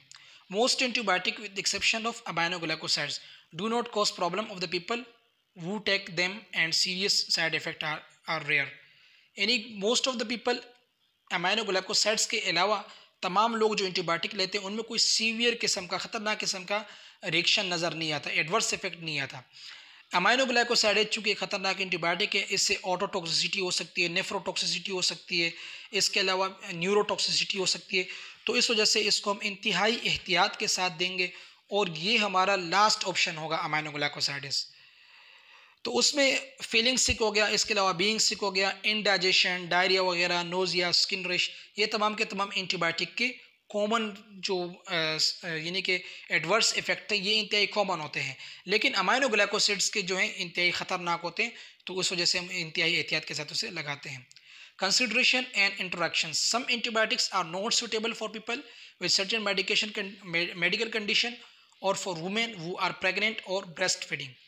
अब एंटीबायोटिक में भी हमने ये ख्याल रखना होगा कि जो प्रेग्नेंट वुमेन है और जो यानी कि प्रेगनेंसी के बाद जो लैक्टेशन का प्रोसेस होता है, तो उसमें भी हम इंतहाई एहतियात के साथ देंगे। और कुछ ऐसे लोग होते हैं जिनमें ख़तरनाक किस्म के इन्फेक्शन मौजूद होते हैं, यानी कि सीवियर डिजीज़ जैसे कि किडनी फेलियर, लीवर फेलियर, उसमें भी हम इंतहाई एहतियात के साथ देंगे। और अगर एंटीबायोटिक प्रिस्क्राइब कर दिए डॉक्टर ने, तो फिर उसकी थेरेपी कंप्लीट करनी होगी। अगर आपके पास पैसे हैं या पैसे नहीं है तो आप उधार लें, लेकिन खुदारा उसको ये हमने पेशेंट को बताना होगा कि आप अपने एंटीबायोटिक की थेरेपी को कंप्लीट करें, क्योंकि एंटीबायोटिक इस लाइफ सेविंग ड्रग्स है। और अगर एंटीबायोटिक में रेजिस्टेंस शो हो गया तो एक टाइम ऐसा आ जाएगा कि बॉडी में इन्फेक्शन तो मौजूद होगा, लेकिन उसको ट्रीट करने के लिए एंटीबायोटिक भी होंगे, लेकिन वो एंटीबायोटिक उस बैक्टीरिया के ऊपर असर नहीं करेंगे। तो इसलिए ये तमाम सारी चीज़ें हैं, ये हमने पेशेंट को बताने होंगे। Some antibiotic can also react unpredictably with other medication and oral contraceptive pills. कुछ ऐसे एंटीबायोटिक होते हैं जिसको हम कम्बिनेशन के साथ किसी और मेडिसिन के साथ लेंगे तो उससे यानी कि हमें अंदाज़ा भी नहीं होता और उससे बॉडी में जो है रिएक्शन शुरू हो जाता है। It is therefore important to read the information leaflet that comes with your medication carefully. तो इसलिए जो मेडिसिन्स के अंदर एक स्लिप मौजूद होती है उसको हमने इंतहाई एहतियात के साथ पढ़ना है, उसके तमाम प्रिकॉशंस को हमने ज़हन नशीं करना होगा कि कौन कौन से मेडिकेशन के साथ हम ले सकते हैं या डॉक्टर के साथ हमने इस मामले में मशवरा करना ज़रूरी है। एंटीबायोटिक रेजिस्टेंस की बात करेंगे। एंटीबायोटिक रेजिस्टेंस आलमी सतह पर health organisation, world health organisation हो गया या इसके अलावा मुख्तलिफ इदारे जिसके ऊपर काम कर रहे हैं, एंटीबायोटिक का बेतहाशा इस्तेमाल, वायरल इन्फेक्शन में भी एंटीबायोटिक का इस्तेमाल करना, या इसके अलावा मामूली सा पेन हो गया उसमें भी हमने एंटीबायोटिक का इस्तेमाल किया, तो उससे ये होगा कि वो एंटीबायोटिक बेसिकली बैक्टीरिया उस एंटीबायोटिक को पहचान लेगा और अपने अंदर स्ट्रक्चर में म्यूटेशन कॉज कर लेगा, तो फिर वो एंटीबायोटिक उस बैक्टीरिया के ऊपर काम नहीं करेगा। इसे हम एंटीबायोटिक रेजिस्टेंस कहते हैं। एक वजह तो ये है जो मैंने आपको बताया। दूसरी वजह ये हो सकती है कि पेशेंट एंटीबायोटिक तो लेगा, अब एंटीबायोटिक की कम से कम 7 डेज़ और उससे कम 5 दिन की थेरेपी होनी चाहिए। अब 5 दिन की थेरेपी पेशेंट ने 2 गोलियां खाई, अगले दिन पेशेंट ने कहा कि मैं तो ठीक हूँ, तमाम मेडिकेशन उसने वापस कर लिए, या वो उसने फार्मेसी से एक ही दिन के मेडिकेशन लिए, तो उससे ये होगा कि एक हफ्ता बाद अगर दोबारा इन्फेक्शन हो गया तो वो इन्फेक्शन उससे भी सीवियर होगा और वो एंटीबायोटिक उस पर काम नहीं करेगा। इस कंडीशन को हम एंटीबायोटिक रेजिस्टेंस कहते हैं। Strains of bacteria can mutate, उनमें चेंजेस आती है, जैसे कि आपको पहले बताया टाइम टू टाइम उनमें चेंजेस आती है और वो एक ख़ास एंटीबायोटिक के खिलाफ रेजिस्टेंस शो कर देते हैं। The chance of this increase if a person does not finish the course of antibiotics, अगर एंटीबायोटिक के कोर्स को कंप्लीट नहीं करते हैं या उसको अधूरा छोड़ देते हैं, उससे भी हो सकता है। इसके अलावा antibiotic can destroy many of the harmless strain of the bacteria, इसके अलावा बैक्टीरिया जो हमारे बॉडी में नॉर्मल फ्लोरा होते हैं उसको भी ख़त्म कर देता है। This allow resistance bacteria to multiply quickly and replace them, तो इस वजह से भी यानी जो हम एंटीबायोटिक लेते हैं उससे हमारी बॉडी में जो नॉर्मल फ्लोरा होते हैं उसको भी ख़त्म कर देता है। एक वजह ये भी शामिल है एंटीबायोटिक रेजिस्टेंस में। ये क्या करते हैं कि जब नॉर्मल फ्लोरा किल हो जाता है तो जो बॉडी में ख़तरनाक यानी कि जो एंटीजन होता है जिसे हम बैक्टीरिया कहते हैं वो जाके तेज़ी के साथ फैलेंगे और वो भी रेजिस्टेंस का एक सबब बन सकते हैं। The overuse of antibiotic in recent years has played a major part in antibiotic resistance. Overuse से मराद बेतहाशा एंटीबायोटिक का इस्तेमाल, शुरू में मैं बता चुका हूँ, एंटीबायोटिक को बेतहाशा इस्तेमाल करना, हद से ज़्यादा इस्तेमाल करना, ये भी एंटीबायोटिक रेजिस्टेंस के लिए एक चैलेंज बन चुका है। This includes using antibiotics to treat minor condition में एंटीबायोटिक का इस्तेमाल करना, हेडेक हो गया, स्टमक प्रॉब्लम हो गया, इंटेस्टाइन प्रॉब्लम हो गया, डायरिया वगैरह हो गया, मामूली चीज़ों में एंटीबायोटिक का प्रिस्क्राइब करना, ये भी एंटीबायोटिक रेजिस्टेंस के एक सबब में शामिल है। नाउ अभी हम मूव हो चुके हैं एंटीफंगल की तरफ। एंटीफंगल्स वो मेडिसिन होते हैं जो फंगल इन्फेक्शन को ट्रीट करते हैं। एंटीफंगल्स बेसिकली फंजाई की वजह से जो हमारे स्किन के ऊपर इन्फेक्शन होता है उसको ट्रीट करने के लिए जो मेडिसिन आते हैं उसे हम बेसिकली एंटीफंगल मेडिकेशन कहते हैं। Fungi are plant like organism, ये प्लांट लाइक ऑर्गेनिजम्स होते हैं that feed up by breaking down lying tissues, ये लिविंग टिश्यू को ब्रेक डाउन करते हैं और उससे अपने आप को फीड करते हैं। Fungi that cause infection in humans are known as a dermatophytes. Derm से निकला, डर्म का मतलब होता है स्किन और फाइट्स बेसिकली फंजाई को कहते हैं। तो जो ह्यूमन स्किन में इन्फेक्शन कॉज करने वाले फंजाई होते हैं उसे हम डर्मेटोफाइट्स कहते हैं। अब ये डर्मेटोफाइट्स का लाइफ साइकिल है, ये डर्मेटोफाइट्स ये इसका स्ट्रक्चर है फंजाई का, इसके ऊपर ये कोनिडियोपोर्स मौजूद है, ये कोनिडियोपोर्स इससे कोनिडिया रिलीज होता है, कोनिडिया हम स्पोर्स को कहते हैं। जब इससे कोनिडिया रिलीज हो जाता है तो इसकी जर्मिनेशन होती है और जर्मिनेशन के बाद ये दोबारा जाके हाइफी में कन्वर्ट हो जाता है और हाइफी फंजाई की बॉडी को कहते हैं। तो इनमें एसेक्सुअल रिप्रोडक्शन होता है अभी हम डर्मेटोफाइट्स को डिस्कस करेंगे। Dermatophytes are particularly attracted to a type of tissue called keratin. जो केराटिन टिश्यू होता है हमारे स्किन के ऊपर, जो कि टफ वाटरप्रूफ टिश्यूज़ होता है, और ये हमारे पूरे एंटायर टिश्यूज़ के ऊपर मौजूद होता है, जैसे कि नेल्स हो गया, हेयर्स हो गया, स्किन आउटर सरफेस हो गया, इसके साथ ही आके जुड़ जाते हैं। This explain why fungal infection often occurs on skin, nails and scalp.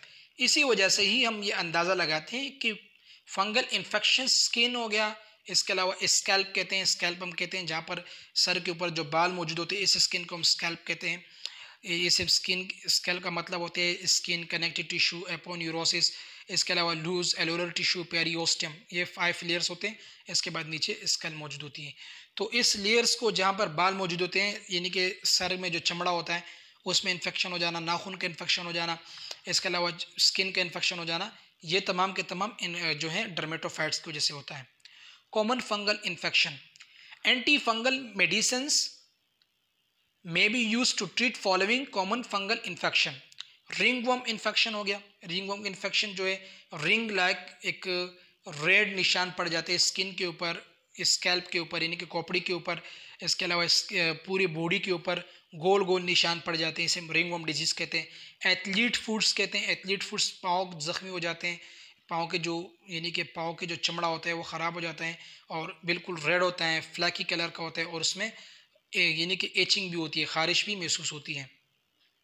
Fungal nail infection, fungal nail infection जो है नाखून ख़राब हो जाते हैं, और जैसे कि टोनेल्स हो गए, यानी कि बड़ी उंगली के जो नाखून हो गया। इसके अलावा बहुत सारे प्रॉब्लम होते हैं, नाखून जो है उसमें इन्फेक्शन पैदा हो जाते हैं, पस की फॉर्मेशन हो जाती है और उसका कलर डिस्कलर हो जाता है और नाखून भी उसमें कभी कभार टूट जाता है।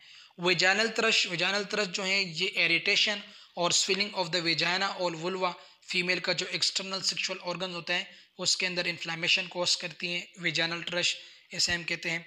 ये तमाम के तमाम बेसिकली फंगल इन्फेक्शन है। Invasive fungal infection, invasive fungal infection are less common. जो इन्वेसिव फंगल इन्फेक्शन होते हैं वो इंतहाई कम होते हैं, but more serious type of fungal infection. Invasive का मतलब ये होता है कि बॉडी के अंदर जो दाखिल हो जाते हैं। They are infection that occurs deep inside the body tissue, जो बॉडी टिश्यू में दाखिल हो जाते हैं, जैसे कि ऑर्गन्स हो गया, आर्टरीज, ब्लड वेसल्स वगैरह हो गए, इसे हम इन्वेसिव फंगल इन्फेक्शन कहते हैं। ब्रेन में अगर हो गया तो इसे फंगल मेनिंजाइटिस हो सकता है। इसके अलावा बहुत सारे जो प्रोटेक्टिव मेम्ब्रेन होता है ब्रेन का, उसके अंदर इन्फ्लामेशन हो जाती है, तो फंजाई की वजह से भी हो सकती है, स्पाइनल कॉर्ड में भी हो सकता है।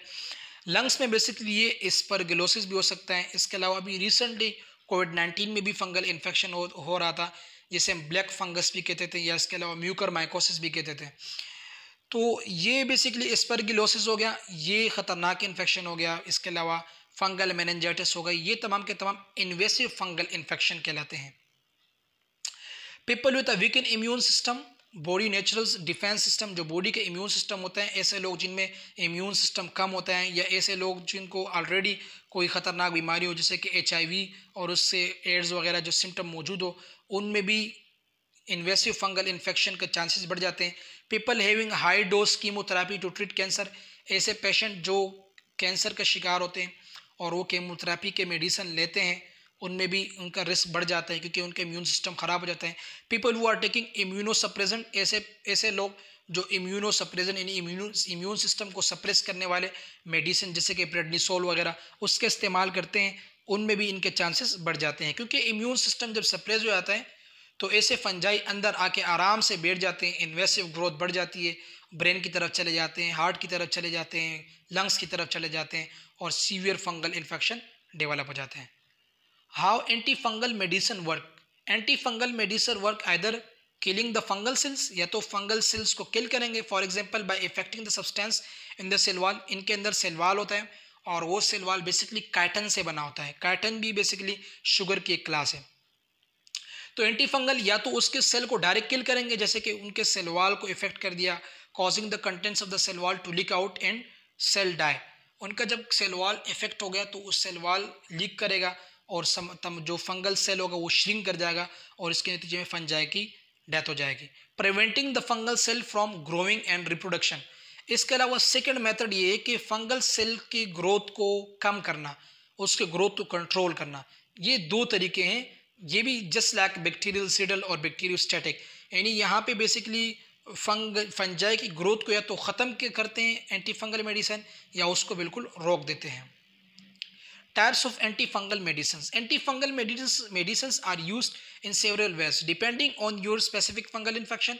Specific fungal infection पे depend करता है। Types of antifungal medicine includes topical antifungals. अगर स्किन के ऊपर कोई इन्फेक्शन मौजूद हुआ, इस जैसे कि हेयर्स हो गया, स्किन हो गया, नेल्स वगैरह, तो उसके बाद हम क्रीम के तौर पे जो क्रीम लोशन वगैरह होते हैं उसके तौर पे हम एंटीफंगल्स, टॉपिकल एंटीफंगल मेडिकेशन देते हैं।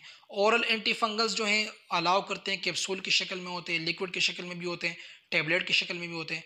इंट्रावेनस एंटीफंगल्स जो हैं ये डायरेक्टली ब्लड स्ट्रीम में इंजेक्शन के ज़रिए वेन में दाखिल करते हैं। तो ये डिफरेंट ड्रग्स हैं। एम्फोटेरिसिन भी है, इसे हम सिस्टमिक फंगल इन्फेक्शन यानी कि बॉडी के अंदर जो इन्फेक्शन, इन्वेसिव फंगल इन्फेक्शन हो गया, इसको ट्रीट करने के लिए देते हैं। इसके अलावा फ्लूकोनाजोल हो गया, फ्लूकोनाजोल ओरोफेरिंजियल, इसके अलावा एसोफिजियल वेजाइनल कैंडिडियासिस इन्फेक्शन, माउथ के इन्फेक्शन को ट्रीट करने के लिए देते हैं। इसके अलावा ग्रेसियोफोल्विन, ये भी बेसिकली रिंग वर्म इन्फेक्शन को ट्रीट करने के लिए देते हैं। फ्लूसिस्टोसिन जो है, फ्लूसैटोसिन ये भी सिस्टमिक फंगल इन्फेक्शन को ट्रीट करने के लिए देते हैं। कीटोकोनाजोल ये भी फंगल इन्फेक्शन को ट्रीट करने के लिए देते हैं। एट्राकोनाजोल ये ओरल या एसोफिजियल कैंडिडियासिस ये माउथ के लिए देते हैं। इसके अलावा नेस्टेटिन जो है ये नॉन एसोफिजियल मेम्ब्रेन जिसे हम जीआई कैंडिडियासिस कहते हैं उसको ट्रीट करने के लिए देते हैं। Things to consider before taking anti fungal medicine, there are various things to consider such as any existing condition और allergies that may affect your treatment और फंगल इन्फेक्शन। बहुत सारे ऐसे इफ़ेक्ट्स होते हैं जिसकी वजह से एंटी फंगल ट्रीटमेंट के चांसेस ख़राब हो जाते हैं। पहले हमने देखना होता है कि पेशेंट को कोई एलर्जी वगैरह तो नहीं है, उसके बाद ही हम ये मेडिसिन देते हैं ताकि फंगल इन्फेक्शन ख़त्म हो जाए। Side effects, as with all medicine anti fungal medicine है साइड इफ़ेक्ट तमाम के तमाम मेडिसिन जैसे कि एंटीबायोटिक के थे, इस तरह इसके भी एंटी फंगल मेडिसिन के साइड इफ़ेक्ट मौजूद हैं। ये डिपेंड करते हैं मेडिकेशन पे कि किस किस्म के मेडिकेशन है, टॉपिकल है, इसके अलावा सिस्टमिक है, किस तरह जो है इंट्रावेनस के ज़रिए लग रहे, ओरल ले रहे या स्किन के ऊपर लगा रहे, उस कंडीशन में हम साइड इफ़ेक्ट की बात करेंगे। In most cases the side effect are mild and only last a short time. अमूमन ये होता है कि साइड इफ़ेक्ट इंतहाई कम मिकदार में होते हैं और ऐसा भी हो सकता है कि शॉर्ट टर्म पे भी हो सकता है या लॉन्ग टर्म में भी हो सकता है, but there are rare cases of more serious problem. लेकिन सीरियस इन्फेक्शन के इंतहाई कम केसेस आ चुके हैं। Common side effect includes irritation of skin के अंदर इरिटेशन होगी, खारिश वगैरह महसूस होगी, डायरिया हो सकता है। इसके अलावा फीलिंग सिक यानी कि ऐसा लग रहा होगा कि जैसे कि टेम्परेचर बढ़ चुका है, इनडाइजेशन, अपसेट स्टमक वगैरह हो गया, और रेयर केसेस में लीवर डैमेज हो सकता है, इसके नतीजे में किडनी में भी इफेक्ट हो सकती है, लेकिन ये इंतहाई रेयर केसेस होते हैं। नाउ अभी हम एंटीवायरल्स की बात करेंगे। एंटीवायरल्स वो मेडिकेशन होते हैं जो वायरसेस के ग्रोथ को इनहिबिट कर देते हैं या ख़त्म कर देते हैं। इनहिबिटिंग वायरल डीएनए और RNA replication in the virus. अब आरएनए की तादाद रेप्लिकेशन के ज़रिए बढ़ती है, और रेप्लिकेशन या तो आरएनए रेप्लिकेशन होगी या डीएनए रेप्लिकेशन होगी, और जब आरएनए और डीएनए रेप्लिकेशन को इनहिबिट किया जाता है तो वायरसेस की डेथ हो जाती है, इसे हम वायरल डेथ कहते हैं। ये मैकेनिज्म ऑफ एक्शन होता है वायरल मेडिकेशन का। यूजेस जैसे कि हर्पिस सिम्प्लिक्स वायरस हो गया, इसके अलावा हर्पिस सिम्प्लिक्स वायरस के अलावा HIV हो गया, कंबाइन विद अदर ड्रग्स के साथ हम देते हैं। साइटोमेगेलो वायरस हो गया, इसके अलावा जीनेटल हर्प्स हो गया, इन्फ्लुएंजा ए, रेस्पिरेटरी ट्रैक इलनेस, ये तमाम के तमाम जो वायरल इन्फेक्शन होते हैं इसको कंट्रोल करने के लिए हम एंटीवायरल मेडिकेशन देते हैं। तो ये तमाम के तमाम कॉमन एंटीवायरल हैं और ये इसके यूजेस हैं। जैसे कि एबाकेविर है, इस HIV इन्फेक्शन के हम देते हैं। तो ये तमाम के तमाम जो एंटीवायरल मेडिकेशन है। Adverse drug reaction specific antivirals जैसे कि एसाइक्लोविर जो है, एसाइक्लोविर हम IV देते हैं और इसके नतीजे में फ्लीबाइटिस भी हो सकता है, लेथार्जी भी हो सकती है, कन्फ्यूजन भी हो सकता है, चक्कर वगैरह आना, इसके अलावा नर्वसनेस हो जाना, जिस्म का थक जाना, स्किन के ऊपर रैशेज आना, नोज़िया वगैरह आना। ओरल में नोज़िया भी हो सकता है, vomiting, diarrhoea, headache, dizziness, skin rashes, ये तमाम के तमाम एसाइक्लोविर की वजह से हो सकता है। टॉपिकल में बेसिकली ट्रांसिट बर्निंग हो सकती है, स्टिंगनिंग हो सकती है, इसके अलावा प्लूराइटिस हो सकता है। इसके बाद सेकंड में एमेंटाडीन है। एमेंटाडीन से GI एब्सेड हो सकता है, ये भी एंटीवायरल मेडिकेशन है। नोजिया और वोमिटिंग, एनोरेक्सिया हो सकता है। इसके अलावा लॉस ऑफ स्ट्रेंथ यानी कि लेथार्जी हो सकती है, वीकनेस हो सकती है, कंस्टिपेशन, डिप्रेशन। इसके अलावा विजुअल डिस्टर्बेंस, देखने में थोड़ी सी प्रॉब्लम हो सकती है, साइकोसिस, यूरिनरी रिटेंशन। इसके अलावा ऑर्थोस्टैटिक हाइपोटेंशन यानी कि जब खड़ा हो जाएगा पेशेंट तो BP बिल्कुल ड्रॉप हो जाएगा। इसके बाद रिबाविरिन। रिबाविरिन भी एंटीवायरल मेडिकेशन है और इसके नतीजे में रिस्पायरेटरी स्टेटस ख़राब हो सकता है, हाइपोटेंशन हो सकता है, ऑक्यूलर इरिटेशन हो सकता है, आइज़ की प्रॉब्लम हो सकती है। इसके अलावा एरिथमिया हो सकते हैं, स्किन यानी रेड हो जाना स्किन का, कॉन्जक्टिवाइटिस हो सकता है। कॉन्जक्टिवाइटिस का मतलब ये होता है कि आइज़ वगैरह में जो है इन्फ्लामेशन हो सकती है, ब्लड विजन हो सकता है। ज़िडोवोडिन की बात करेंगे। ज़िडोवोडिन बेसिकली हेडेक कॉज करवा सकती है, वीकनेस कॉज करवा सकती है, मेलाइज कॉज करवा सकती है, nausea, abdominal pain, diarrhoea, anaemia वगैरह ये ज़िडोवोडिन की वजह से हो सकती हैं। General contraindication, precaution and interaction. Hyper sensitivity to antiviral. अगर किसी को एंटीवायरल मेडिकेशन से हाइपर सेंसिटिविटी हुई तो हम नहीं दे सकते। Congestive heart failure, seizure, renal disease और इनमें हम नहीं दे सकते एंटीवायरल मेडिकेशन। लैक्टेशन में हम नहीं दे सकते हैं। रीनल इम्पेयरमेंट में हम एहतियात से देंगे। इसके अलावा चिल्ड्रन और इसके साथ साथ बच्चों में और प्रेगनेंसी के दौरान हम इंतहाई एहतियात के साथ देंगे। कैटेगरी एक्स में रिबाविरिन मोस्ट इंपॉर्टेंट है। कैटेगरी एक्स जो है ये एबॉर्शन कॉज करवा सकती हैं, तो कैटेगरी एक्स में हम नहीं दे सकते हैं क्योंकि ये एबॉर्शन भी कॉज करवा सकती हैं और इसके अलावा फीटस में साइटोटॉक्सिसिटी भी कॉज करवा सकती हैं ribavirin. Drug administration and patient education. Acyclovir हो गया। ए साइक्लोर जो है ए साइक्लोवेर इसमें topical application should not exceed the frequency prescribe. जितनी फ्रीक्वेंसी डॉक्टर ने बताई है ए साइक्लोवेर की उतनी ही हमने देने, उससे ज़्यादा नहीं देने। Apply this drug with a finger cot और ग्लव्स या फिंगर कोट वगैरह लगा के उसके बाद ही हम स्किन के ऊपर या लेजन के ऊपर लगा सकते हैं। Do not have sexual contact while lesion are present. अगर लेजन मौजूद होंगे यानी कि चाले वगैरह मौजूद होंगे तो उस दौरान सेक्सुअल कॉन्टैक्ट नहीं करना है। प्राइमरी केयर को नोटिफाई करना है अगर बर्निंग हुई, इसके अलावा खारिश महसूस हो गई या इसके अलावा रेशेस वगैरह हो गए, रेशेस वगैरह मज़ीद बिगड़ गए। इसके अलावा ये तमाम के तमाम चीज़ें हैं जिसमें हमने पेशेंट को एजुकेट करना है। अभी हम रिबाविरिन की बात करेंगे। रिबाविरिन जो है बेसिकली इसमें भी हमने ये एहतियात करना होगा कि रिस्पायरेटरी फंक्शन हो गया, डिजीनेस वगैरह, कन्फ्यूजन वगैरह, अगर ये इस तरह की एडवर्स रिएक्शन आ गए तो हमने डायरेक्टली डॉक्टर से रब्ता करना होगा। ये भी कैटेगरी एक्स ड्रग्स हैं तो इसमें प्रेग्नेंट वुमेन नहीं ले सकती। ज़िडोवोडिन बेसिकली इससे भी डिजीनेस वगैरह हो सकती हैं और ऐसी एक्टिविटीज़ जिसमें अलर्ट रहना ज़रूरी हो जैसे कि heavy machinery, heavy lifting, driving वगैरह, उसमें भी जो है हम पेशेंट को ये बताएंगे कि वो ऐसी रिस्पॉन्सिबिलिटी ना लें। इसके अलावा जैसे कि मेडिसिन है तो वो मेडिसिन दूसरे को हम नहीं दे सकते, जिस पेशेंट का है वही पेशेंट खुद लेगा। प्राइमरी हेल्थ केयर को डायरेक्टली नोटिफाई करना है अगर फीवर आ गया, मुंह में चाले पड़ गई, सोर थ्रोट हो गया, इसके अलावा इन्फेक्शन अगर पैदा हो गया तो डायरेक्टली हमने डॉक्टर से रब्ता करना ज़रूरी है। अभी हम एंटी पैरासाइटिक ड्रग्स को डिस्कस करेंगे। पैरासाइट वो ऑर्गेनिज्म होता है जो बॉडी के अंदर रहता है और उसके नतीजे में बॉडी से यानी कि बॉडी से फूड लेता है, बॉडी से ब्लड लेता है और इन्फेक्शन कॉज करवाता है, उसे हम पैरासाइट कहते हैं। ऐसे पैरासाइट को किल करना एंटी पैरासाइटिक ड्रग्स कहलाते हैं, जैसे कि प्रोटोजोआ हो गया, हेलिमेंथस हो गया, स्कैबीज हो गया, इसके अलावा पेडिकुली हो गया। ये तमाम के तमाम पैरासाइट्स होते हैं। प्रोटोजोआ, इसमें एमेबियासिस हो गया। एमेबियासिस अमीबा की वजह से होता है। जियार्डियासिस ये भी जियार्डिया लम्बेला की वजह से होता है, ये प्रोटोजोआ है। मलेरिया हो गया, इसके अलावा टोक्सोप्लाज्मोसिस हो गया, या इसके अलावा ट्रेकोमोनियासिस हो गया जिसे हम STD सेक्सुअल ट्रांसमिटेड डिजीज़ भी कहते हैं। ये तमाम के तमाम प्रोटोजोआ हैं, usually contracted by oral faecal route, by contaminated water और by bite of an insect. Insect के काटने से या आलूदा खुराक या आलूदा पानी पीने या खाने से, फूड खाने से ये प्रोटोजोल इन्फेक्शन हो सकता है। एमेबियासिस की बात करें, अफ्रीका में इंतहाई कॉमन है, एशिया में भी कॉमन है और लैटिन अमेरिका में भी कॉमन है।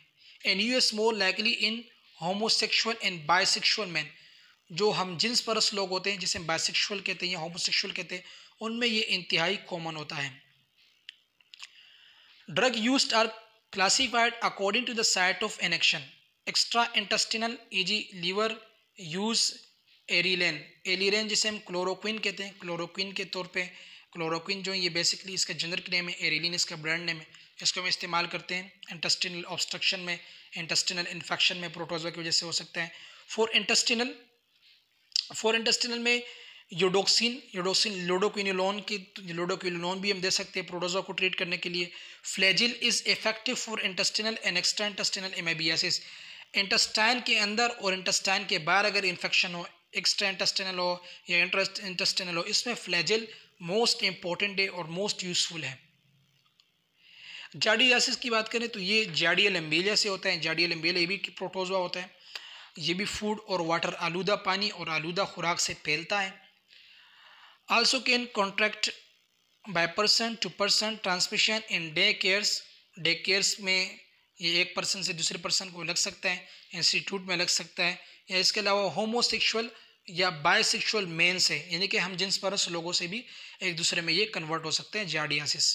जैसे आप देख सकते हो मोस्ट कॉमन कॉसेस की आलूदा पानी है और आलूदा खुराक है। हेलिमेंथियासिस की बात करें, इन्फेक्शन विद पैरासाइटिक वर्म्स, यानी कि कीड़े जब पड़ जाते हैं, पैरासाइटिक कीड़े पड़ जाते हैं, उसे हेलिमेंथियासिस कहते हैं। Some type of worms are penetrate body tissue और produce larva that migrate to blood, lymph, lungs, liver और अदर साइट। ये इंतहाई खतरनाक कंडीशन होता है। ये इंटेस्टाइन को पेनिट्रेट कर देते हैं, इंटेस्टाइन के अंदर सुराख कर देते हैं और इंटेस्टाइन से ये लंग्स, ब्रेन्स, इसके अलावा एडीमा भी कॉज करवा सकता है, लिम्फ टिश्यू को भी काट सकता है, ब्रेन तक भी पहुंच सकता है, जिगर तक भी पहुंच सकता है। Some anti helminths acts locally, some systematically, कुछ जो है सिस्टमेटिकली काम करते हैं यानी कि बॉडी के अंदर काम करते हैं, और कुछ ऐसे होते हैं खास पॉइंट पे हम टॉपिकल के जरिए लगाते हैं। अब ये आप देख सकते हो ये कीड़े इंटेस्टाइन के अंदर मौजूद होते हैं। वर्मोक्स, मेबेंडाजोल इसका जेनरिक नेम है, वर्मोक्स इसका ब्रांड नेम है। ये इफेक्टिव हुकवर्म्स हो गए, कीड़े वगैरह हो गए, जैसे पिनवर्म वगैरह, हुकवर्म्स वगैरह, राउंडवर्म वगैरह, इसके अलावा वीपवर्म्स वगैरह, इसको ट्रीट करने के लिए हम वर्मोक्स देते हैं, पेट के तमाम कीड़ों को ट्रीट करने के लिए। May be useful with tapeworms, tapeworms को ज़्यादा से ज़्यादा टेपवर्म के खिलाफ हम वर्मोक्स देते हैं। Prevents Uptake of glucose necessary for parasitic metabolism, parasite के मेटाबॉलिज्म के लिए ग्लूकोज चाहिए होता है, और इसका मैकेनिज्म ऑफ एक्शन ये होता है कि ये उस ग्लूकोज को प्रिवेंट कर देता है, यानी कि वो जो पैरासाइट होते हैं वो ग्लूकोज हासिल नहीं कर पाते और इसकी वजह से मर जाते हैं। ओनली 10% इज एब्जॉर्ब सिस्टमिकली ये 10% जो है एब्जॉर्ब हो जाते हैं और बाकी जो है इंटेस्टाइन के अंदर रिलीज हो जाते हैं। इसके बाद है सोमिक्ट्रल जो है वर्मेसिटिन जो है, ये इसका वर्मेसिटिन ब्रांड नेम है, वर्मेसिटिन सॉरी इसका जो है ये बेसिकली जेनरिक नेम है, और ये भी वेरियस पैरासाइटिक इन्फेक्शन को ट्रीट करने के लिए हम देते हैं। स्केबीज एंड पेडिकुलोसिस, स्केबीज एंड पेडिकुलोसिस जो है ये भी एक किस्म का पैरासाइटिक इन्फेक्शन होता है, स्किन के ज़रिए होता है, और इसके 3 टाइप्स होते हैं, 3 types of lice, pediculosis capitis, pediculosis corporis, और इसके अलावा पेडिकुलोसिस पबिस। ये 3 इसके बेसिक टाइप्स होते हैं। अभी हम एंटी मलेरियल ड्रग्स को पढ़ेंगे। एंटी मलेरियल ड्रग्स बेसिकली वो ड्रग्स होते हैं जो मलेरिया को ट्रीट करते हैं। The type of drugs and the length of treatment will very depending on which type of malaria parasite you have, कौन सा पैरासाइट मौजूद है। प्लाज्मोडियम फल्सीफेरम है, प्लाज्मोडियम वाइवेक्स है, सेरिब्रल मलेरिया है, उसके बाद ही पता चलेगा, यानी कि इस चीज़ों को इंश्योर करने के बाद ही मलेरिया की जो मेडिकेशन है उसका प्लानिंग करनी होगी। द सीवियरिटी ऑफ सिम्टम के सीवियरिटी के बाद ही हम ये डिसाइड करेंगे, यानी डॉक्टर डिसाइड करेगा पेशेंट के एज के बाद, और इसके अलावा प्रेगनेंसी कंडीशन के बाद ही ये डिसाइड करेगा कि एंटी मलेरिया ड्रग्स की थेरेपी कितनी टाइम होनी चाहिए, कितने दिन होना चाहिए, और कब शुरू करें कब शुरू नहीं। The most common anti malarial drugs includes chloroquine, chloroquine के नाम से आते हैं, एरिलीन इसका ब्रांड नेम है, क्लोरोक्विन इसका जेनरिक नेम है।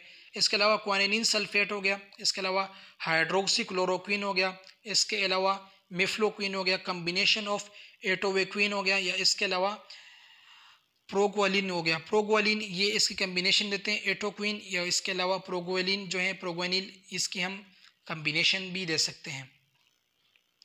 The history of anti-malarial medicines has been marked by constant struggle between evolving drug-resistant parasite and research for new drug formulation. जो एंटी मलेरियल मेडिसिन्स की हिस्ट्री है वो एक कांस्टेंट स्ट्रगल है, एक मुस्तकिल स्ट्रगल है, क्योंकि पहले जो एंटी मलेरियल थे वो रेजिस्ट कर चुके थे पैरासाइट्स के ऊपर, और अब उसके बाद रिसर्च के बाद एक कंटिन्यू मुस्तकिल यानी मुस्तकिल मेहनत के बाद ही जो है एंटी मलेरियल मेडिसिन बन। सो बहुत बहुत शुक्रिया। आई होप कि इस वीडियो ट्यूटोरियल के आपने इंतहा आसानी के साथ गेन किया होगा। अब तक के लिए इजाज़त दीजिए। बहुत बहुत शुक्रिया। अल्लाह हाफिज़।